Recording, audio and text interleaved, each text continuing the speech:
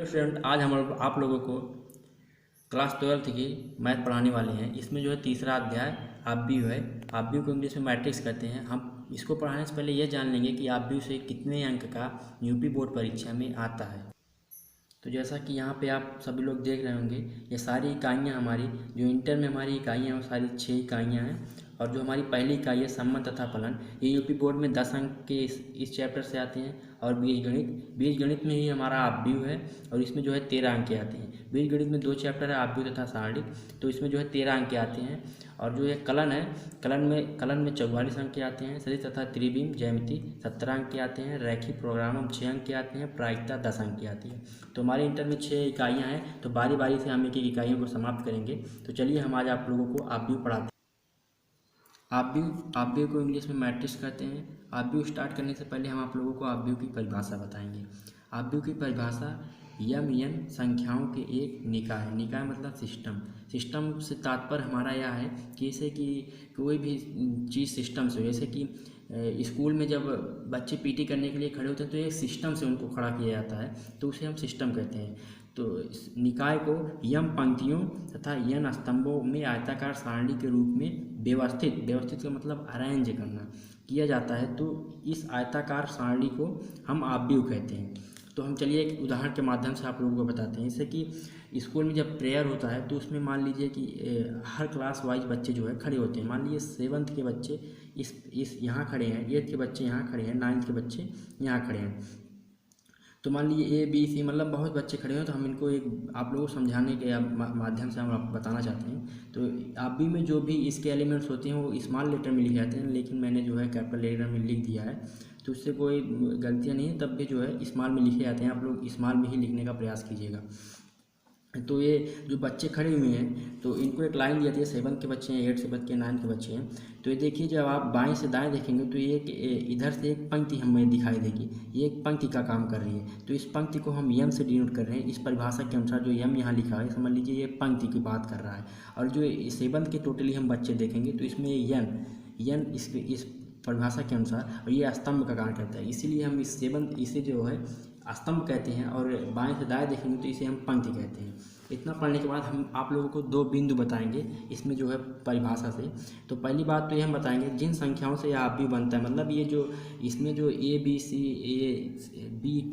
है, ये सब जो है आव्यूह बने हैं, इससे ही आव्यूह का निर्माण हुआ है, तो उन्हें हम अवयव कहते हैं। ये सब जो हैं इसके अंदर एलिमेंट्स हैं, इसे हम अवयव कहते हैं। और दूसरा जो पॉइंट कहता है, हम क्या कहता है, आव्यूह के अवयवों को कोष्ठक, मतलब ये जो हम बाहर ये लगाए हैं इसी कोष्ठक में लिखेंगे, तभी ये आव्यूह का निर्माण होगा। कोष्ठक या में लिखा जाता है, कोष्ठक में लिखा, हम यही कोष्ठक नहीं लगा सकते, इसके स्थान पे ये वाला कोष्ठक भी लगा सकते हैं। तो हमारा जो अगला टॉपिक हो है आव्यूह का क्रम या कोटि। आव्यूह का क्रम या कोटि, पहले हम इसको जानेंगे क्या कहते हैं। तो इसको स्टार्ट करने परिभाषा से पढ़ते हैं। यदि किसी आव्यूह में यम पंक्तियों और यन स्तंभ हैं तो यम गुणा यन क्रम का आव्यूह कहते हैं। मतलब जो मान लीजिए कोई भी आव्यूह है, आव्यूह आप लोग जान ही गए हैं कि यदि उसमें एलिमेंट्स हो, हम कोष्ठक लगा दें तो आव्यूह का निर्माण हो जाता है। तो आव्यूह कोई भी आव्यूह, जैसे मान लीजिए ABCD, मान लीजिए ये है। आव्यूह के अंदर जो एलिमेंट्स होंगे उसको हम जान लीजिए स्मॉल में ही व्यक्त करते हैं। हमेशा आप लोग स्मॉल में ही व्यक्त कीजिएगा।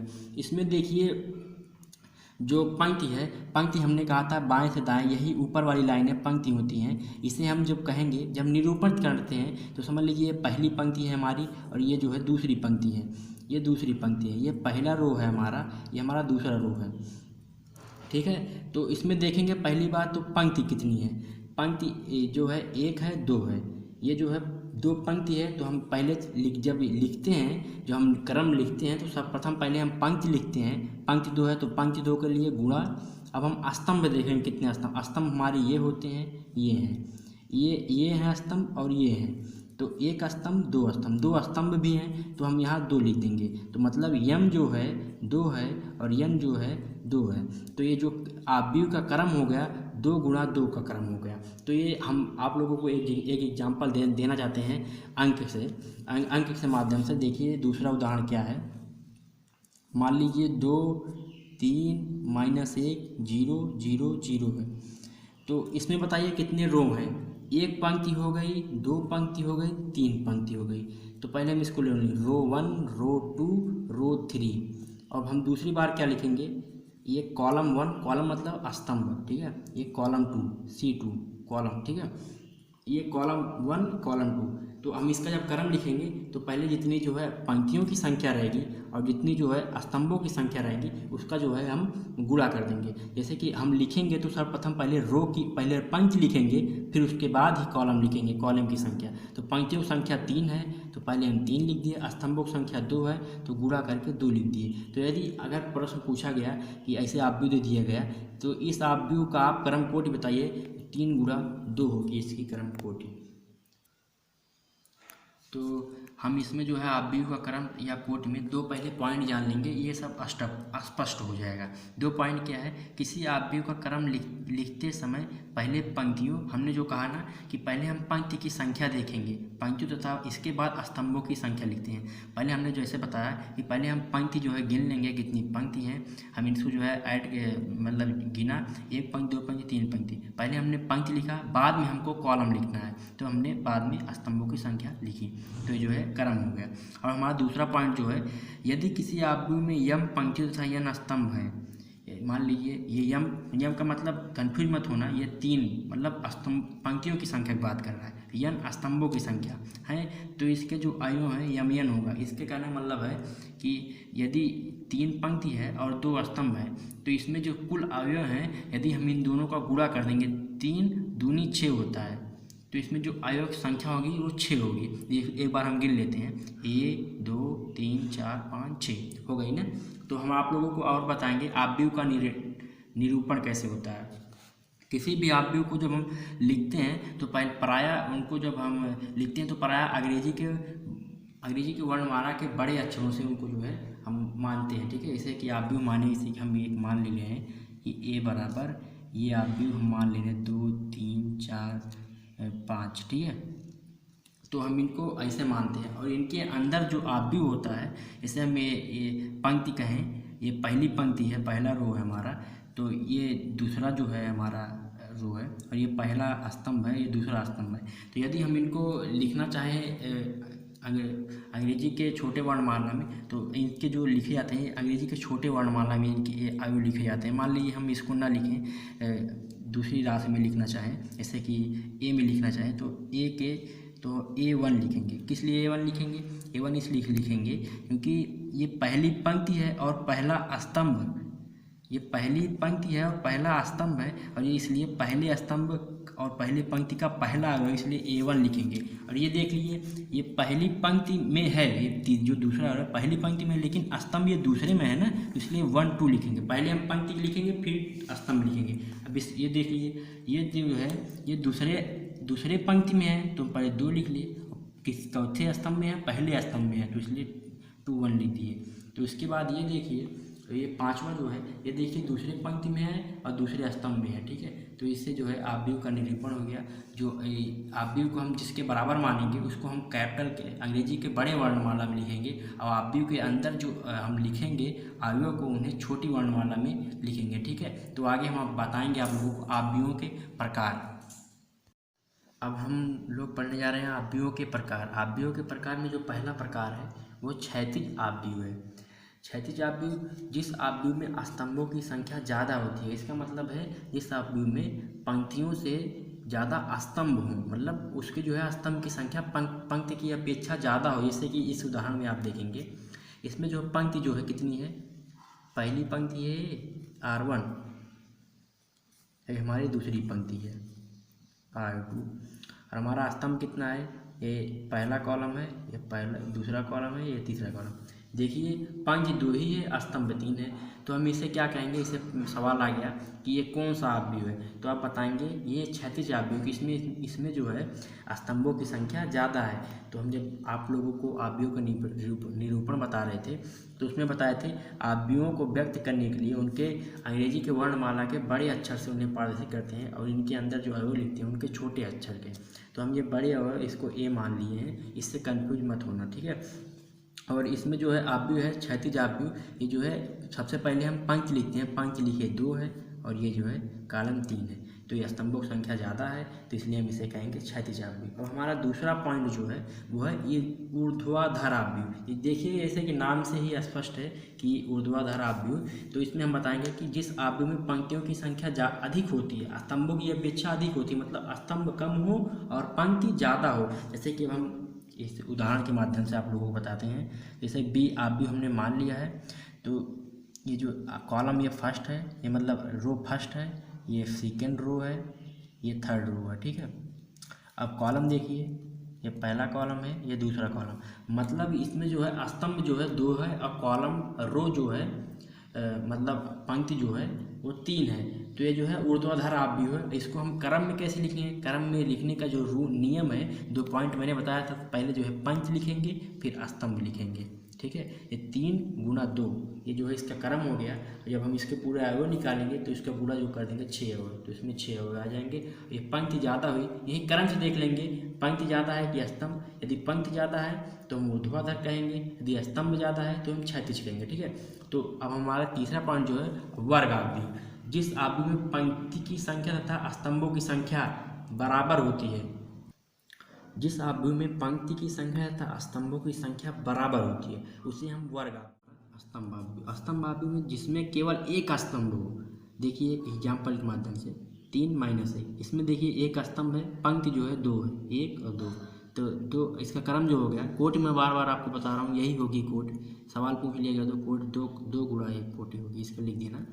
इसमें देखिए एक ही स्तंभ है। और जो हमारा दूसरा एग्जाम्पल है इसमें भी देखिए पंक्ति 1 पंक्ति 2 पंक्ति 3 पंक्ति, पंक्ति तो 3 है लेकिन स्तंभ जो है 1 है, इसलिए स्तंभ आव्यूह होगा, ठीक है। अब हमारा जो अगला नेक्स्ट टॉपिक है वो है शून्य आव्यूह, जिसमें प्रत्येक अवयव शून्य हो, चाहे वो जिस क्रम का हो, चाहे वो 1 क्रम 2 का हो, चाहे 2 क्रम 1 का हो, चाहे 3 क्रम 3 का हो, चाहे वर्ग आव्यूह, चाहे जो आव्यूह, उसके जो है अवयव सारे अवयव जो एलिमेंट्स है जिसके अंदर आव्यूह को जो है वो सारे शून्य होने चाहिए, उसे हम शून्य अवयव कहेंगे। हमारा एक अगला टॉपिक जो है इकाई आव्यूह है। एक ऐसा वर्ग आव्यूह से तात्पर्य है कि उसमें अवयवों की पंक्तियों की संख्या और स्तंभों की संख्या दोनों बराबर होनी चाहिए। बराबर का मतलब जैसे कि इसमें देखे थे ये 2 गुणा 2, 2 पंक्ति भी हो 2 स्तंभ भी हो। एग्जाम्पल इसमें देखिए है, एग्जाम्पल है, तो मतलब पंक्ति की संख्या स्तंभ की संख्या बराबर होनी चाहिए। और जिसके मुख्य विकर्ण के प्रत्येक मुख्य विकर्ण आपको मैंने बताया था कि ये जिस पहला स्तंभ पहला आयो, दूसरा स्तंभ दूसरा आयो, इसे इन दोनों को ही हम मुख्य विकर्ण कहते हैं। और तीसरे में इसमें देख लीजिए, इसमें जो है इसको हम मुख्य विकर्ण कहेंगे। मुख्य विकर्ण यहाँ तक समझ में आया। ये सब वर्ग आव्यूह इसमें पंक्ति तथा स्तंभों की संख्या बराबर हो। मुख्य विकर्ण से आप समझ में आया, प्रत्येक अवयव 1 हो और सारे अवयव जो है शून्य हो। देखिए मुख्य विकर्ण के अवयव प्रत्येक 1 हैं और सभी अवयव इसमें शून्य हैं, तो इसे हम इकाई आव्यूह या तत्समक आव्यूह कहते हैं। इकाई को हम आई से व्यक्त करते हैं। तो ये जो 2 लिखा है ना, ये 2 गुणे 2 में है। वर्ग आव्यूह का मतलब दोनों पंक्ति संख्या पंक्ति और स्तंभ बराबर होंगे, तो 2 गुणे 2 में है, इसलिए मैं I2 व्यक्त कर दिए। ये 3 ऑर्डर में है तो इसके I3 व्यक्त। तो हमारा अगला टॉपिक है आव्यूहों का योग। आव्यूहों का योग, आव्यूहों का अंतर और अदिश गुणन। आव्यूहों का अदिश गुणन, तो आव्यूहों का योग है बहुत सिंपल है मेरे स्टूडेंट, और आव्यूहों का अंतर भी बहुत सिंपल है।